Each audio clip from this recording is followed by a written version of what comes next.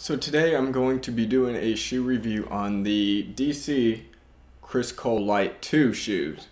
Now, I know the third ones have come out, and I got these because I kind of looked at the difference between the third ones and the second ones, and from what I saw online at the time back in September, that the shoes kind of just seemed a little bit better for impact. Plus, they were cheaper, and I got them off of Amazon for like $40, which is a pretty good deal. And that's probably why I haven't gotten another pair, because the sale and special went away. So, the shoes are really great for impact. They have this dual light protection up in here, and so it keeps the shoes very, very light. I mean, they feel like air when you're wearing them, but they have really good impact protection because, I mean, I like to jump off high stuff. And it takes a while for you to break them in. Like, I bought them in the middle of September, and I didn't actually start skating them until the day after Christmas, actually. So I walked around trying to break them in for a while, and even when I first stepped on the skateboard trying to skate with them, they were still pretty stiff. And I even did the little microwave hack where you stick it in the microwave, and actually some of the rubber kind of melted off and it stunk up the whole house. So don't leave them in too long because this will melt. You can see the grip is kind of still there. Again, I've had these since September, and they hold up pretty well. Normally, I hate suede shoes like this because they just rip up, but apparently this has super suede, which, you know, normally I don't pay attention to gimmicks and things like that. I'm goofy. I mean, I'm regular, so this would be my goofy foot, so when I'm doing switch. And you can see it's mostly intact. I mean, they were a dark black, but, you know, now this just kind of faded and some erosion. Here's the kick flipping ollie everything else foot. And again, skating a lot. I'm starting to get a slight hole in here, and I just realized that. So I'm going to have to just slap some duct tape in the middle. But you have this whole little like ollie kickflip protection area. And it's this like plastic film that kind of goes over it. And it's holding up pretty well. Tore up some shoestrings, and the biggest thing that sucks about these shoes, first of all, these shoestrings I got at Walmart for like $2. I had to replace them because I blew out the other shoestrings. The shoestrings that come with the Cole Lite 2 shoes, like these, they come untied all the time. You can double knot them, you can triple knot them, and they will just come untied and they'll fall out. You know, I like to tuck my shoestrings into the tongue, you know, just so they're not flopping around, and it's just something that I kind of did back in middle school. So it's a habit with that, you know, instead of having the little bunny rabbit ears or whatever they're called now flopping around. And so I'm always just having to tuck them back in when they come untied. Like, they'll just come untied naturally skating, and I just stuff them back in just constantly because I can't keep retying it. So that's one of the downsides, because they're just, yeah, the shoestrings are really, really smooth and soft, but they slide and they don't really have any grip, and they will eventually tear up. But that's on the shoestring part. And the other big problem is that they're very, very narrow fitting. Normally, like, if I get any other skate brand and I get a size 12, which is what I wear, sometimes 13, but, you know, I've been wearing tighter shoes just for a snugger fit. These are very snug.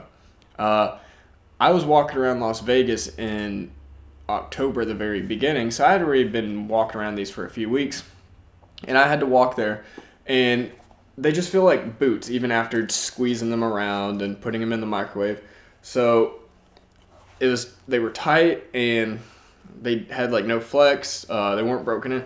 So up in this area, I got blisters on my feet, really bad. Like, my toes were bleeding and the skin was chafed away. And that was even after loosening the shoestrings. So they take a while to break in, and they can actually be pretty painful. And for another video that I'll have coming up, I took out the insoles probably I guess around November, December, or maybe no, just sometime in December. And I put the Jaws footprint insoles in there. I mean, I'm not going to take them out because they're already kind of just like memorized to my foot in there, and I don't want to have to readjust it. But the ones that come in the shoe are really thin. They're not worth it. So get some other insoles. Obviously, the impact protection is good, but I like extra impact protection because I'm just sick of getting heel bruises, and so having that extra cushioning helps. And eventually, the board feel comes to you after you get them broken in and you get used to them. They feel kind of spongy, and I don't really know any other terms to describe the first time you're skating them, but don't just throw them on and then try to skate and expect all magic to happen. I mean, it even took me a few days or even a week back in late December, early January after I had started skating these. I wore them for a few months, walked around everywhere, broke them in, and then it still took a week of skating to get used to them. But they've been holding up pretty well because, again, that super suede is not really a gimmick, because normally with suede shoes I will blow them out in a few weeks. And so, I mean, I've been skating these since pretty much Christmas, and it's already past St. Patrick's Day. So it's been 3 to 4 months, and they've been holding up pretty well. So I'm actually surprised. This is the first time I've ever skated DC shoes. I mean, I've skated pretty much every brand. I mean, you can go through my reviews. I've skated like every skate shoe brand that exists out there. And I just was kind of biased towards DC for the longest time because when I was in middle school, the kids who wore DCs were people who just went to Journeys and they'd get DC shoes, and a lot of non-skaters wore them. And I was bitter at the time because, I mean, I was just being a typical 12 or 13-year-old, and I just didn't want to wear poser shoes. And plus, they just didn't really, their team was just kind of back then. But Chris Cole and then Nija, and got a bunch of other great skaters on the team. They're there, so I think DC just kind of rebranded and started focusing more on the skaters instead of trying to sell out and appeal to non-skaters. So I was, again, still kind of bittered, and a lot of my other friends are skating DCs in the past year or two, and I kept asking, are DCs any good? You know, I thought that was kind of like a dead poser company that isn't really good for skating, that you kind of just wear to say you have skate shoes. And they're like, oh no, yeah, I was like that too, and I finally got DC shoes and they were amazing. Yeah, man, they're pretty good. So I saw a really great special, and I had a budget range of about $40, and they were the best looking $40 shoes that I could find on Amazon. And it was Chris Cole. I've met the guy, he's pretty cool, and I decided to give it a try. But yeah, it's worth it. But the pros are, they last a long time. They're great for impact. They also have good board feel. They look good. And then the cons are very narrow, slim fit. They take a while to break in.